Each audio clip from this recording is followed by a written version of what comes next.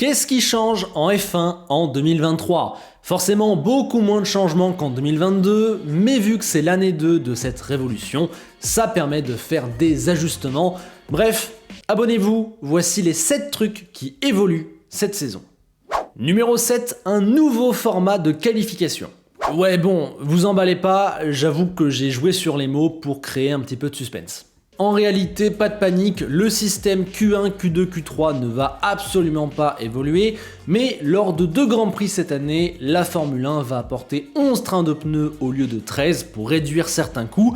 La conséquence, c'est qu'on va devoir être beaucoup plus strict dans leur utilisation, et ça va impacter la qualif. On devra faire la Q1 sur les pneus hard, la Q2 sur les médiums, et la Q3 sur les pneus soft. Bon, c'est pas la révolution du siècle, surtout pour 2 courses, mais on sait pas, certains s'en sortent mieux sur certains types de gomme, donc on aura peut-être droit à quelques surprises, et on va voir dans quelle mesure ça peut bouleverser un week-end. Numéro 6, un nouveau pneu. Ça pour le coup, c'est une vraie évolution. Pirelli apporte un nouveau composé à sa gomme, vous savez qu'elle va de C1 à C5, du plus dur au plus tendre, eh bien on accueille un petit nouveau. Le manufacturier italien n'arrête pas de travailler pour essayer de trouver le meilleur composé. On a vu beaucoup de tests en fin de saison dernière avec des FP2 souvent rallongés d'une demi-heure. Et tout ça débouche sur la création d'un 6e pneu, le nouveau C1. L'ancien C1 devient le C0. Comme d'habitude avec les pneus, on n'est sûr de rien. On espère que tout le monde sera content. Parce qu'on le sait, les boyaux, c'est souvent le nerf de la guerre. Et il faut souvent en changer tous les 6 mois. Numéro 5, les F1 peuvent perdre du poids. À mon grand dame, pas de révolution là-dessus, les Formule 1 vont rester bien trop lourdes, mais rappelez-vous, l'hiver dernier, c'était un sujet de discussion. Certaines équipes étaient très loin, très au-dessus du niveau du poids minimal fixé à 795 kg. Là vous allez me dire, et alors, on s'en fiche, c'est un poids minimal, on a le droit d'être au-dessus. Vous avez raison, mais certains, les plus gros, ont targué que c'était trop dur pour eux et que c'était déloyal que certains arrivent au poids léger. Du coup, on a rehaussé à 798 kg le plancher. De mon point de vue, c'est totalement injuste, notamment pour une écurie comme Alfa Romeo qui arrivait au poids minimal. Ils ont dû faire la saison avec des poids pour alourdir la voiture. J'ai pas compris, je suis contre. Mais bon bref, cette année, on passe du poids minimal de 798 kg à 796, donc ceux qui sont en capacité de perdre du poids vont le pouvoir, et on le sait que le poids, c'est du temps autour, donc les plus légers vont avoir un petit avantage là-dessus en 2023. Numéro 4, le plafond du cap budgétaire encore abaissé. Cet élément crucial pour l'équité financière et donc sportive qu'est le budget cap entre dans sa 3e saison, et vous le savez, l'objectif c'est que chaque année on puisse de moins en moins dépenser. L'accord initial c'était 145 millions de dollars en 2021, 140 en 2022 et 135 en 2023, mais avec les retards de la nouvelle réglementation, les éléments extérieurs, l'inflation, les courses sprint en plus et les courses qui se rajoutent et qui du coup donnent plus d'argent, on n'est plus totalement là-dessus, il y a eu des rallonges, c'était environ 142 millions l'an dernier et on devrait être à 137 cette année. Ça reste quand même 5 millions de perdus d'une année sur l'autre, ça n'est pas rien, ça va demander d'encore réduire les coûts à droite à gauche, dans les angles, de faire des choix parfois difficiles, de mieux gérer la grande machine qu'est une écurie de Formule 1, ça va aussi impacter les choix de développement, on pourra moins être gourmand et on aura encore moins le droit à l'erreur. Bref, ça aussi, ça va jouer en 2023. Numéro 3, 2 évolutions en termes de sécurité. À la suite de l'effroyable accident de Guan Yu Zhou à Silverstone, la FIA a mené son enquête et revient en 2023 avec des modifications. Le principal problème dans ce crash, c'est que l'arceau de sécurité du chinois avait cédé alors qu'il est censé être indestructible et empêcher la tête du pilote de frotter le sol en cas de retournement. Là, ça s'était joué à rien, merci le halo. L'arceau fait partie de la cellule de survie, ça c'est censé ne pas du tout lâcher, donc là c'était clairement inquiétant. Même dans le crash de Romain Grosjean, elle était encore en un seul morceau. La faute vient peut-être du type d'arceau utilisé par Alfa Romeo. Il y a 2 modèles dont un appelé Blade. Ça sera totalement interdit en 2023. Ça va demander aux équipes qui l'utilisent de recommencer à zéro leur cellule de survie. De manière générale, on va mettre en place des tests de résistance et de solidité beaucoup plus puissants. Il faudra être capable de résister à un impact de 15 G dans n'importe quel sens.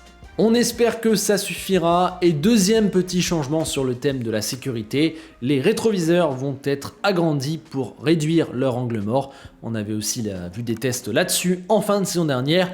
Maintenant la question c'est, est-ce que ça va permettre à Lance Stroll de voir son coéquipier derrière lui? Rien n'est moins sûr. Numéro 2, pas touche aux ailerons.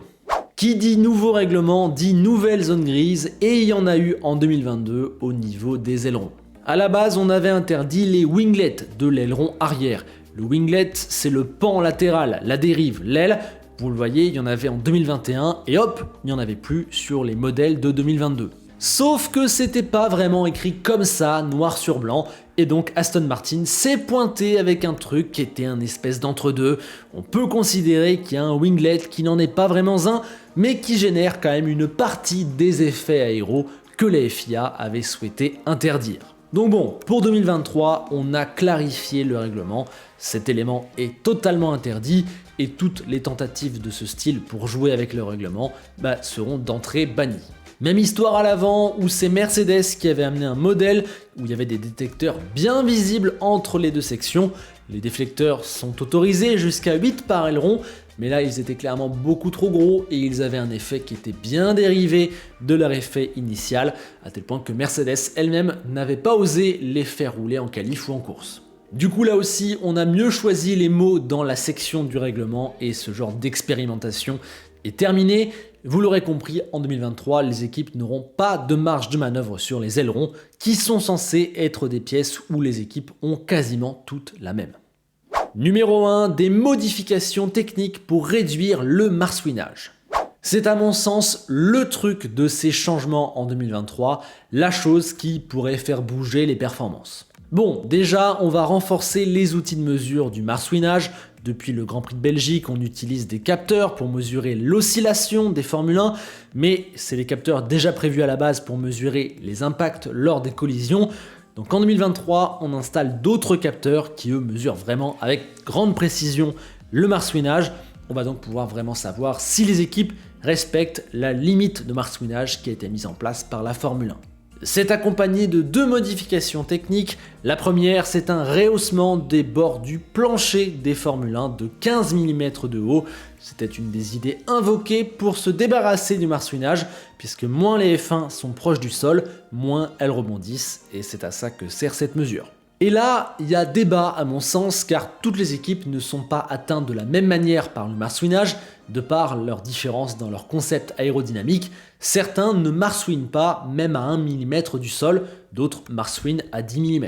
Ça va décourager les équipes de prendre des risques avec la santé de leurs pilotes, certes, mais je trouve que les capteurs remplissaient déjà ce rôle.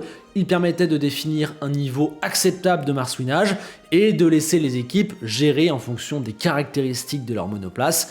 Là, on impose à tout le monde un truc qui va avoir des effets disparates sur les machines. Par exemple, le Red Bull est capable de rouler très bas sans marsouinage. Pourquoi devrait-elle remonter sa machine ? Bon, ça me gêne un peu, on va voir, et ça peut avoir des impacts. Dans le même temps, on va restreindre la flexibilité du plancher. La déviation maximale autorisée sera de 5 mm contre 12 auparavant. Enfin, la gorge du plancher est également rehaussée. On parle là de la partie où la vitesse de l'air est la plus élevée sous la voiture. Ça aussi, ça devrait réduire les dépressions d'air et donc le rebond. Vous l'avez compris, on fait la chasse au marsouinage en Formule 1. Il devrait bel et bien disparaître en 2023. En vrai, il avait quasiment déjà disparu. Par contre, on peut s'attendre à des effets sur la performance, on devrait aller un petit peu moins vite et tout le monde ne sera pas impacté de la même manière par cette mesure. C'est là qu'on peut trouver des changements et des surprises.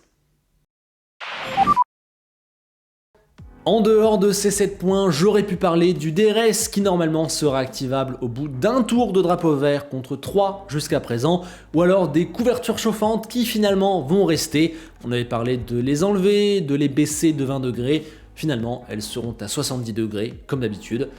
Quelques petits changements, on aura aussi 6 sprints au lieu de 3, une température d'essence plus adaptée à l'air ambiant, mais ça ce sont pour l'instant des petits détails, je ne pense pas que ça aura de gros impacts. Voilà, maintenant vous savez tout sur les changements techniques pour la saison 2023. J'espère que cette vidéo vous a plu. Si c'est le cas, pensez à la liker, à la partager, à vous abonner et à me le faire savoir en commentaire où je vous retrouve pour qu'on puisse débattre de tout ça comme d'habitude. Merci à tous de votre fidélité, j'espère qu'on va faire une grande année 2023. Et comme d'hab, on se quitte avec Enzo Ferrari, c'est la tradition. Un Enzo Ferrari qui espère que Ferrari va rebondir en 2023 malgré l'interdiction du marsouinage. A bientôt.